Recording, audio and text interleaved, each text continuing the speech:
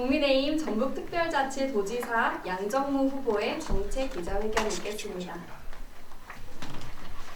안녕하세요.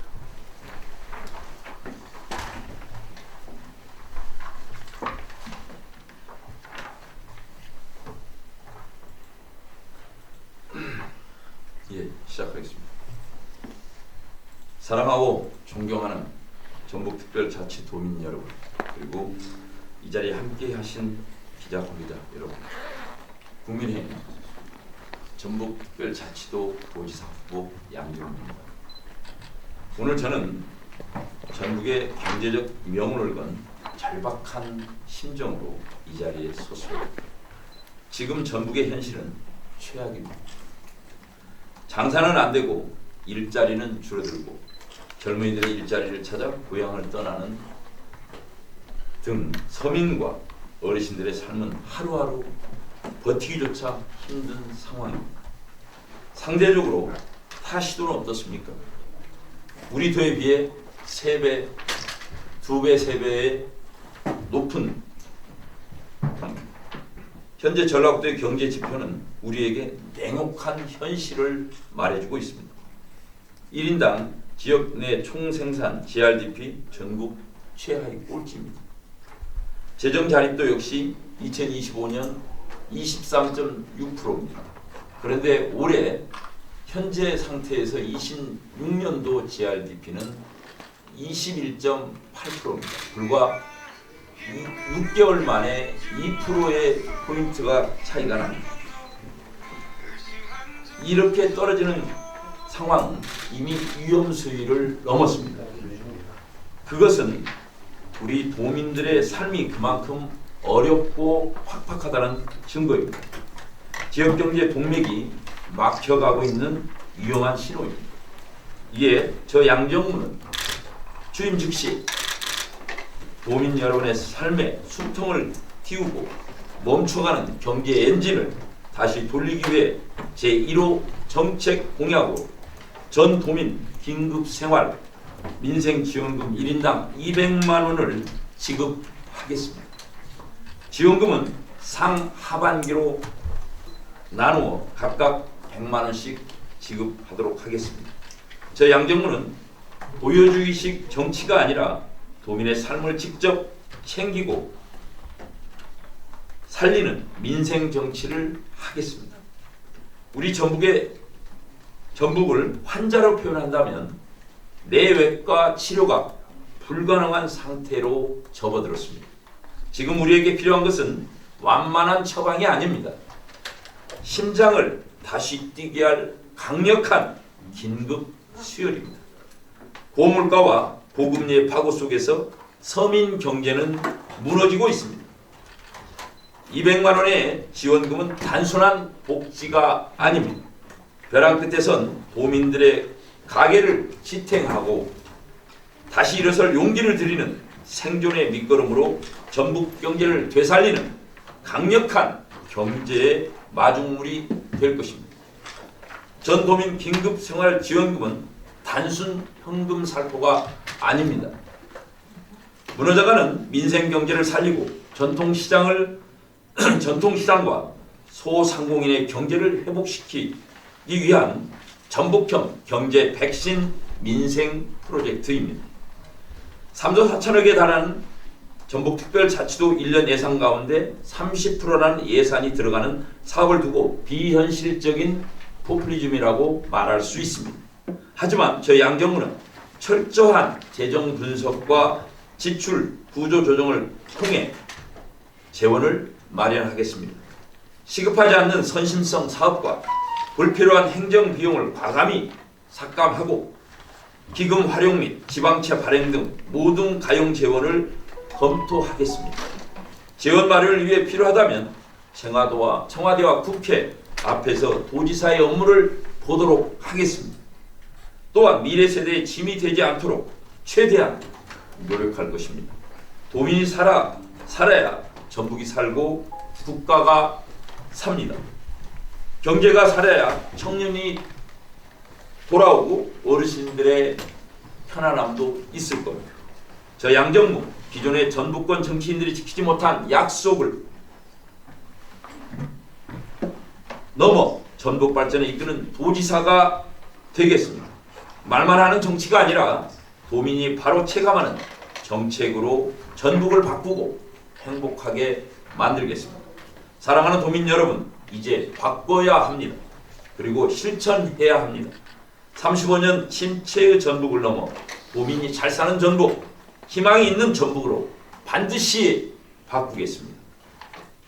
경쟁보다 민생, 보여주기보단 결과를 중요한 만큼 기업을 직접 유치하고 일자리를 만들어 전북 경제를 살리는 세일즈 도지사, 머슴 도지사가 되겠습니다.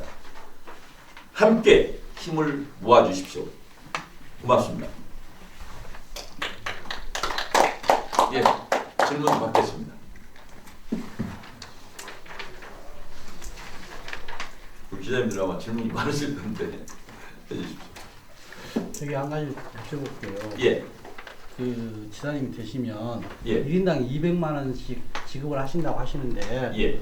재원 마련은 어떻게 하실 건지.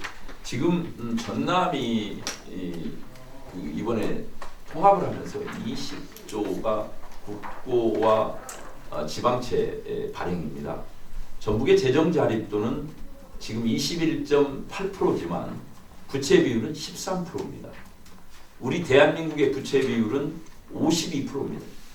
그 비용이 대한민국 국가 부채가 1,413조, 전북 부채가 약 1조 3천억 정도입니다. 물론 경제 규모로 따질 수가 없죠.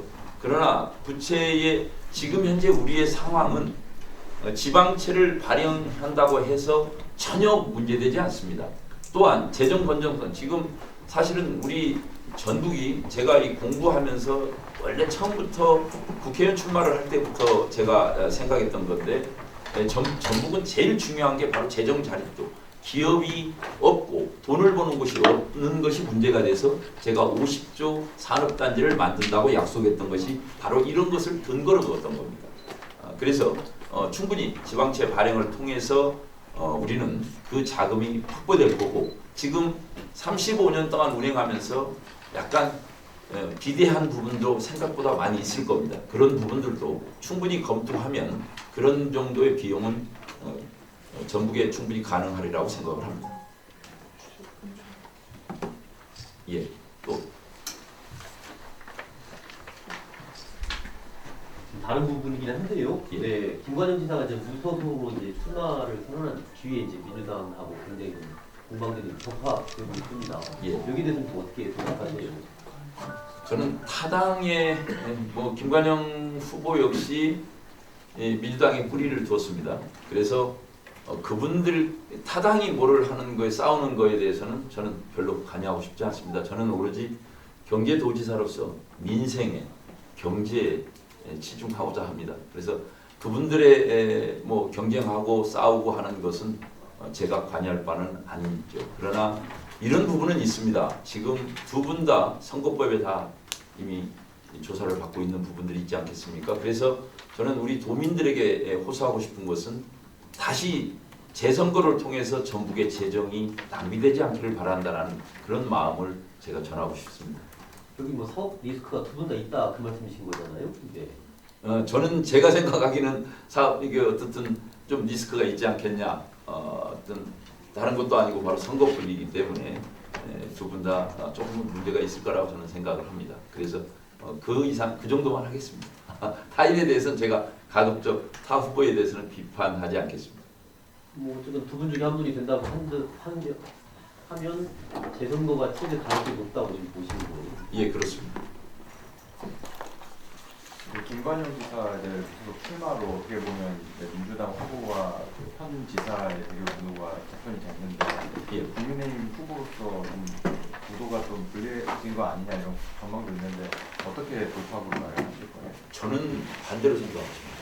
왜 그러냐면 물론 무소속 후보가 나옴으로써 중간층에 있는 분들이 김관영 후보를 지지할 수도 있지만 반대로 이전 투구식 어떤 그런 싸우는 부분에 대해서 저는 우리 도민들이 현명한 판단을 해서 반대로 기호 2번 국민의힘 후보를 선택하지 않냐 그렇게 생각합니다.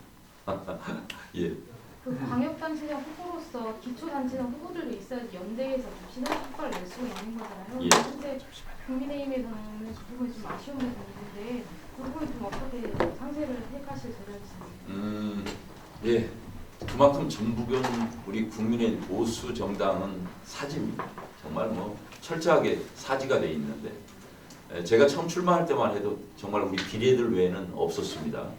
그러나 제가 출마하면서 부안도 생겼고 전주시장 후보도 생겼습니다. 또한 도 의원들도 또 시의원들도 이런 훌륭한 청년 의원 후보들이 출마를 결심하고 있습니다. 그렇다고 한다면 비록 어렵지만 충분히 싸워볼 만하지 않나. 요즘은 뭐 직접 맨투맨도 있지만 공중전, 특히나 우리 언론을 통해서 자당의 후보들이 충분히 선전할 수 있다고 저는 생각을 합니다.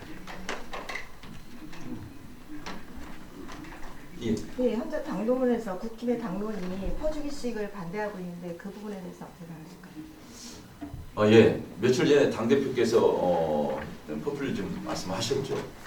그런데 저는 우리 당대표가 전북의 상황을 와서 디테일하게 알고 계신다면 저보다 더 많이 주신다고 아마 할 겁니다. 왜 그러냐면 전북의 재정은 지금 이미 단계를 벗었습니다. 우리가 100m 계주를 800m 계주를 합니다. 그런데 3등과 4등에 우리는 꼴찌를 지금 들어가고 있고 3등의 차이치가 100m 이상 차이 납니다. 따라갈 수가 없습니다. 포기합니다. 그리고 기부업합니다. 이게 포기하기 때문에 저는 우리 당대표가 우리 전북의 상황을 디테일하게 알면 야 200만 원 저거 300만 원 주자라고 해서 아마 국가 예산을 최대한 지원해 주려고 노력합니다. 전라북도가 그만큼 낙후됐다고 생각하고 계시는데 예. 그 원인은 어디에 있다고 보십니까? 선생님 저는 이것이 견제와 균형을 갖추지 않고 있기 때문입니다. 전국 GRDP 꼴찌입니다. 그 다음 꼴찌가 어딘지 아십니까? 전남입니다. 그 다음에 꼴찌가 또 어딘지 아십니까? 대구입니다. 지금 대구는 바뀌고 있습니다. 울분하고 있죠. 집권 오랫동안 했던 곳들이 다 전국 꼴찌를 벗어나지 못하고 있습니다. 그러면 최하위를 벗어나지 못하고 있기 때문에 이것은 뭐냐? 우리 속담에 그런 얘기 했잖아요. 잡은 물고기 밥 절대 주지 않습니다. 우리 상황도 그거라고 봅니다. 지금 무소속과 우리 그 민주당 후보께서 다 훌륭한 분들이신데 싸우고 있는 이유가 뭐겠습니까? 그것은 저는 우리 도민들은 안중에 없다 이런 거 아니겠습니까? 제가 생각했을 땐 그렇습니다. 답이 됐는지 모르겠습니다. 그 후보님께서 이번 기회에 좀 말끔하게 해명 아니면 설명을 좀 듣고 싶은데요. 그 이번 후보 등록할 때 그 정권 문제 뭐 이게 좀 논란이 됐잖아요. 예. 이번에 기회에 좀 해명을. 저는 기업을 34년째 하고 있습니다. 제가 국산 골프채 가장 어려운 부분이 스포츠 브랜드들 중에서 특히나 외제를 좋아하는 그 분야인데 국산채 골프채를 만들면서 제가 사업을 쭉 해오는 과정에 너무 급성장을 하다 보니까 특별 소비세 120%였습니다.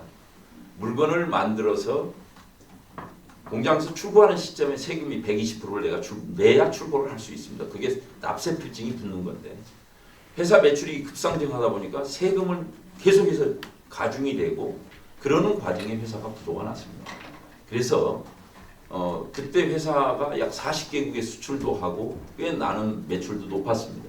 그래서 어렵게 정말 이 전라북도 순창 구림 촌놈이 서울에 가서 제조업을 하면서 어려운 상황에서 있었는데 도움을 받지 못하고 세금에 과중된 그 부분에 의해서 제가 그때 회사가 어려워서 부도가 나게 됐습니다.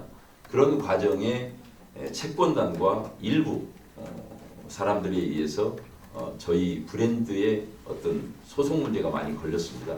그러다가 감정적인 부분들도 있었고 제가 물론 각설하고 후보가 기업을 하면서 조금이라도 부족된 부분이 있는 부분은 어떤 경우든지 바로 부도를 나면 안 되죠. 그러나 우리 전북도도 마찬가지입니다. 그렇기 때문에 더 간절한 마음으로 우리 전북도를 살려야 된다는 그런 마음입니다.